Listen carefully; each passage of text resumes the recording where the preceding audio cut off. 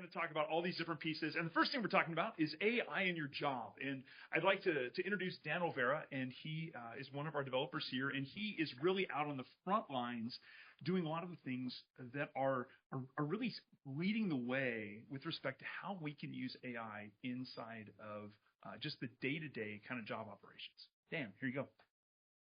Thank you, Grant. And we're going to start pretty small because when you hear the word AI, you suddenly think, oh, I can do everything and anything I want. I can totally transform my business. I'm going to be a great influencer on LinkedIn, all the things. So we're going to be talking about how to personally use AI in your everyday work. So how do you get started first? We are going to be starting with not replacing everything like we talked about. We're not going to be just using it like a search engine, but we are going to be talking about how you can become a prompt engineer like all those people on LinkedIn think they are. So starting personal, where do you get started? What do you love most about your job? These are the kind of questions that you're going to be asking yourself as you learn about AI, because AI is just a tool to extract processes and to learn how to better use all the things at your disposal. A more important question, what do you hate most about your job? This is where you should be looking to automate away your annoyances. So when you are thinking about the things you don't like in your job, you might have a ton of them, but start with one process. Defining processes can take a lot of time, so start with just one and just start building. In a class, a professor was grading, it was a pottery class, and he was saying throughout the semester, one class is going to only be graded on a single pot. Make the best possible pot you can. He had another class that said, just build as many as you can, doesn't matter, just I'm going to be grading how many pots you have. And at the end of that semester, the class that had just built a ton of pots actually came out with much better end result and higher quality pots than the other person. Because when you just start iterating, that's where the real learnings come from. So repetitive work at 50% of the average work week is repetitive, annoying tasks. And 94% of businesses are just slowed down by repetitive tasks. So this is where automation is important. But getting into the actual tools and besides all the other things, it can be more than just Google search. So we all know Claude and ChatGPT. They kind of have their specific domains, right? Claude is better at documentation, autonomous work, artifacts, connectors, things like that. While ChatGPT is just a general good research, good writing. And there's things like apps, projects, and GPTs that are going to be very specific. So while they have their different strengths and weaknesses, I think it's important to understand that there's just more buttons than you think there are. So getting in a little bit of a practical example, I'm going to be showing ChatGPT. Claude here also has a very similar feature, but ChatGPT projects are just a great way to start from I have just a simple chat to I have organized files and more organization and logical structure around the types of things. Right? So if you're just using ChatGPT as a chat window, I would recommend to start changing to more organized file structures, right? When you first come into a big marketing or a finance department, if all the files are just scattered all over the place, you would say, let's clean up, let's get a file directory. So the same thing with ChatGPT, right? In projects, you can give it different sources, you can give it different grounding things that take ChatGPT from a generic answer bot to, based on these documents and this work, please answer these questions. So here I'm talking about event automation. I've given them a template image. I've given some requirement in text that then go through every other prompt, right? So we're starting from the overview, but going to specifics in these iterations. So the better the context is going to be, the better these chat responses. So here was a big, long, it gave clarifying questions, and that was part of the prompt was, hey, I have these event requirements, but I didn't give you all the things that I said I required. So as I go through iterations, it gets more and more specific.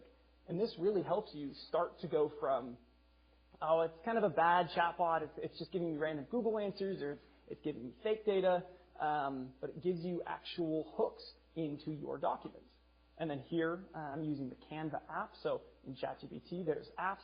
And this is where you start going from, I have a chatbot and I close it when I'm done answering the question, to it's actually giving me things. So these are generated images in Canva because I have a Canva connector set up.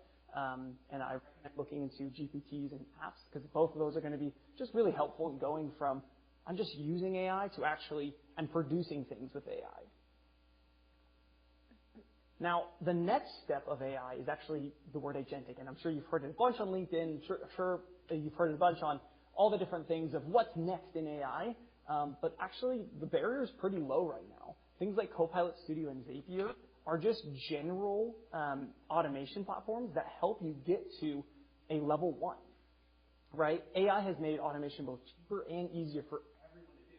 So ChatGPT, Claude are great one-stop shops for streamlining your workflow or finding edges where you can search and iterate. These kind of applications are going to be where you can start creating processes that allow you to build out repeatable things that can scale at your personal level. So I am going to start with a little story. So in event management, I run the .NET user group, and every month I have to do a couple of things. And I'm a developer, not a designer or a graphic artist, or I don't like social media. I'm not like big on that. But there's just a bunch of things that I have to do managerially every time for the event. I have to plan it. I have to set up the graphics. I have to schedule a YouTube live stream, create event pages. Then I have to set up social media posts so people actually attend. And I don't do a great job. I just do the same thing over and over again, same template. But could AI do that better? So this is a thing every month that I do that I don't like doing, and I'm not an expert. They're not hard things, but they are things that can be optimized with AI. So let's reimagine this with AI. I prompt it, an iterative process in the chat window, and then the final most important part is I review the AI outputs, right? These are social media posts going out to people. I don't want it to misrepresent my event or just look like AI slop, so that review is really important. So once I give the AI the overview, it generates the graphics, live stream, writes engaging descriptions, and then I review it so it sounds like and this allows the content to be repurposed really easily. I'm just going to give you a little brief demo of what this actually looks like in practice. So here you have a chat window, and I just said, hey, I have an event coming up in June. I have an idea. It's about Inspire. Let's schedule the YouTube live stream and get graphics for me. And it gave a bad thing. Hey, you didn't give me a title. You didn't give me a date and time. You didn't give me a location because it says in the system prompts, hey, these are the things you need. Just like I was showing in the ChatGPT project, Copilot Studio allows you to set parameters and instructions and say, these are the things you're looking for. So in an iterative process, I start giving these more details. I go from overview to specifics. And it's a natural async and chat-based flow. Copilot Studio is really nice because you can do this from Teams. I could be talking through this through my phone. I'm showcasing this in Copilot Studio just to show the different outputs. And in this case, there's actually an error. So my graphic generation didn't work. But it didn't just give me a 404. It explained in natural language, hey, you can't do this right now. There was a problem with the Gemini API. So it said, okay, I have another option. Here's a fallback. Why don't you use Canva? Canva is a generative AI. And then it rolls through and gives me, okay, here's your graphic. Here's your LinkedIn post draft. Does that all look good to you? And of course, I'm going to say, hey, let's actually change this a little bit. It's not really a hybrid event. I want people to be in person and focus on that. So, and remove emojis. AI loves its emojis. So that's just a brief look. And here's the outputs, right? It generated a YouTube live stream. It generated an event page. And it has a LinkedIn post for me. So it takes something that I don't like doing and just allows it to be an async chat-based process that I can then iterate on. And with Copilot Studio, actually work on making it better. Now, pulling back the curtain a little bit, this agent is very rich. This is further than just, hey, do this one thing for me. It actually has a lot of instructions as I scroll through, but the most important part is actually this purpose. Agents should be built with purpose because when you have a singular purpose, it allows it to not follow context. And AI has the idea of context and all these other things that are more technical, but really it's just saying if you have a single purpose, it can be more direct about iterating on that purpose. And here I'm showcasing some of the tools that actually power this. And Copilot Studio is connected to Zapier in this case. But once you get into this automation, there's just so many things that open up about automation that you could just start going down the path. And if you're stuck, ask AI. They're all built with these things. I have the ability to ask AI, hey, I'm not sure. I'm kind of stuck on this automation. What's next? So the one task that you have is name the annoying task and ask AI to map ways to automate it, right? I'm a blank. Every blank, I have to do this thing that I don't want to do, and it involves these steps. And those steps can be super basic or super in-depth if you already know the process. And then I want to automate this. And that's really where you start to see time savings. And an important part of this whole process is to measure it before and after, because that is where you can start to see, hey, this is actually making a measurable impact, not only in my happiness, because I don't have to do this anymore, but also in time. Here's some of my sources for some of the facts I cited, and we're going to go to questions. Hey, great information, Dan. Hey, we have a question out here from AI is Hard 412, long-time watcher, first-time commenter. My answers from ChatGPT are really generic and not very helpful. What am I doing wrong? So I think there's two major things that really go wrong with ChatGPT specifically. One, it is designed to be a generic answer bot for everyone, right? So if you don't give it the context and you just drop a question onto it, it's just going to give you a generic answer. It can only feed back what you give in. So context is the first thing. And then second, if you have long-running things that you want answers and to iterate and work on and actually go beyond just a chatbot, the projects are where you're going to be starting to get those gains. Fantastic. And I think kind of going off that, like, how do I actually validate the data that's coming out of AI? Because I've heard that it can hallucinate and all that kind of stuff.